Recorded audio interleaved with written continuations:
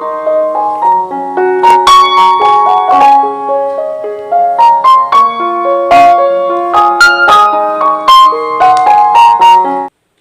Everyone, hello students, once again I am here.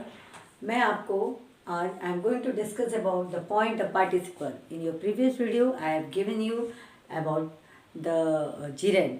मैंने आपको बहुत सारे इंपॉर्टेंट टिप्स आपको मैंने इन्फिनेटिव्स का, जिरेंड्स का बताया, जिरेंड का। Now we will start from the participle.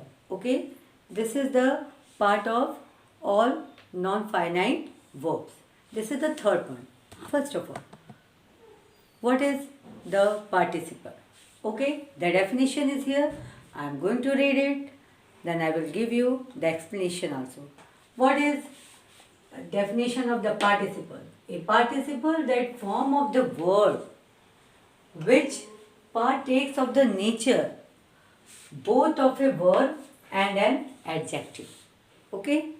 Once again, a participle, that form of the word which partakes of the nature both of a verb and an adjective. अब आपको लगेगा इतना लंबा चौड़ा है, कैसे होगा इसका? So I am going to give you the easy way to understood you. Okay, first of all, जैसे कि हमने जिरेंड में पढ़ा कि वर्ब एंड प्लस आईएनजी मिलके जो होता है वो आपका जिरेंड बनता है।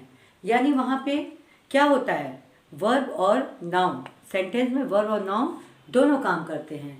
और उसका क्या, उसका फॉर्मेशन, यानी हम उसको कैसे फॉर्म करते हैं सेंटेंस को, verb plus noun, that is your verbal noun. वो तो आपका था जिरेंड। ओके, अब हम इतने लंबे चौड़े डेफिनेशन से अच्छा है द पार्टिसिपल के बारे में ये जाने कि द पार्टिसिपल के बारे में हमें ये जानना है कि the participle has the force, जैसे कि वो था gerund, it has the force of verb and noun, but the participle has the force of what, verb and adjective. Okay, it has the force of verb and adjective.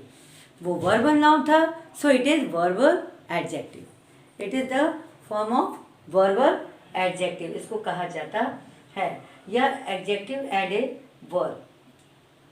अब जैसे आपने ये देखा कि इसमें सेंटेंस में पार्टिसिपल जो है वर्ब और एडजेक्टिव दोनों का काम करता है। ओके, दोनों का। तो हम लोग अब पीछे आते हैं। Now participle gerund, there is a very slightly difference या वेरी माइनर डिफरेंस। क्या डिफरेंस था?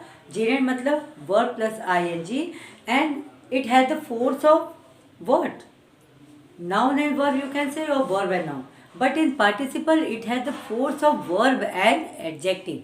ठीक है, ये वर्ब और एडजेक्टिव दोनों का काम करता है सेंटेंस में। Now we will discuss here how many types of participles are there. There are 3 types of participle, present participle, past participle and perfect participle. So easy.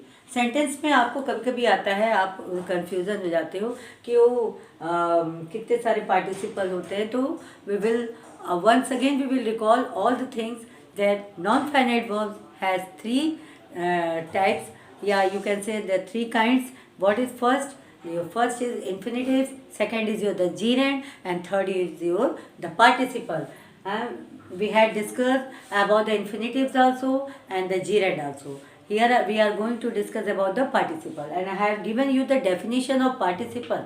मैंने आपको participle का definition बताया, मैंने इसको short form में भी बताया कि which has the force of verb and adjective in the sentence। Okay, so that is your participle। Now how many kinds of participle? There are 3 kinds of participle। First is present participle, second is past participle and third is your perfect participle।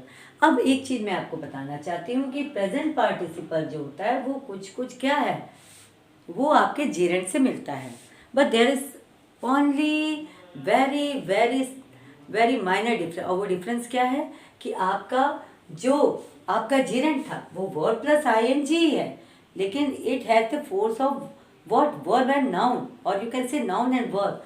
But in participle, present participle जो आपका है ये भी verb plus ING होता है, लेकिन यहाँ पे क्या है, यहाँ पे it has the force of what I have given you, it has the force of verb and adjective. तो आप इसको याद करेंगे, प्रेजेंट पार्टिसिपल मतलब जेरंड की तरह ही मिलता है, सिर्फ उसमें यह है कि सेंटेंस में वहाँ पे वो वर्ब और एडजेक्टिव दोनों काम करते हैं। फॉर एग्जाम्पल, इसके भी एग्जाम्पल वही हैं, running, dancing, crying, singing. This is the example of your present participle. Now the second point is past participle. आप जानते हो पास्ट का नाम आते ही ये आ जाता है कि पास्ट मतलब जो बीत चुका है, यानी third form of the verb usually ending in. आपको you have to remember only this thing in the past participle कि इसमें third form of the verb तो लगता ही है, लेकिन ये एंड किससे करता है? Usually ending in ED, D, T, E, N. ये मैंने इसलिए लिख दिया है आपके वाइट बोर्ड पे कि आपको ये वर्ड याद कर लीजिए। बहुत सारे बच्चे हैं, बहुत मतलब ब्रिलियंट इंटेलिजेंट बच्चे हैं जिनको तो याद है, लेकिन और भी बच्चे हैं, ऐसी बात नहीं, को कभी कभी भूल जाते हैं। हम ही लोग भूल जाते हैं, सभी भूलता है, तो इसमें कोई बात नहीं। अगर आप भूल गए हो, आप भूल जाते हो, तो आप इसको अपनी कॉपी में लिख सकते हो। If you will write it, you will remember and you will read it once again या again and again, you will remember all the things. इसलिए मैंने यहाँ पे वाइट बोर्ड पे लिख दिया है आपको। ओके, तो पास्ट पार्टिसिपल ये नाम से लगता है, थर्ड फॉर्म लगेगा आपका, और usually ed with this word. What, which word? ED, D, T, E, N. Okay, तो ये चीज, फॉर एग्जाम्पल, इसके एग्जाम्पल्स मैंने वर्ड दिए, tyre, burn, learn, broken, hurt, etcetera. As you know, मुझे लगता है कि अब आप इसको कुछ कुछ समझने लगे होंगे। जैसे कि है play cricket, he gain, you can say that the example in the sentence, the playing cricket he gained health. It is the example of participle. Okay, okay. Third is your perfect participle. Perfect participle is so easy.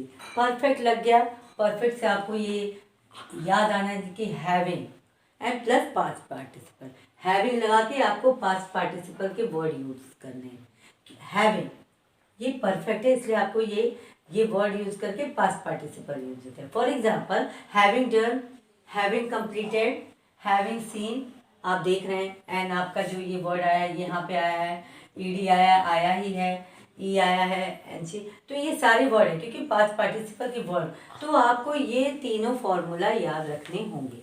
और एक चीज, function of जीरेंड, verb plus noun, and function of participle, verb plus adjective. So this is the important point of the participle. In the next video, I will give you the examples of sentences of the gerund and the participle. Okay, thank you.